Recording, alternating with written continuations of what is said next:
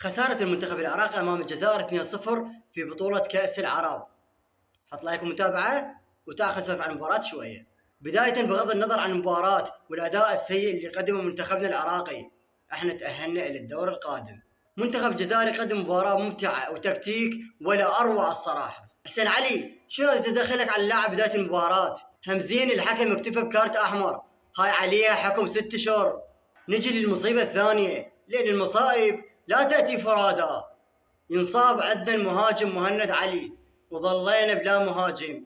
السبحة كملت والعراق تاه. صار اللعب والضغط العالي كله للمنتخب الجزائري. من قد الضغط العالي اللي صار على المنتخب العراقي، المنتخب ما قام يقدر يطلع بالكرة ولا قدر يبني هجمه.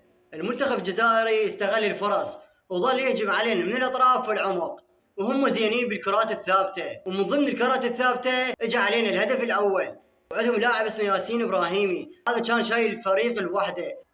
ضغط، مراوغات، يصنع فرص، وبسببه اجى الهدف الثاني لما رفعها وصداها فيها الطالب، صدت براس سعد ناطق ودخلت هدف.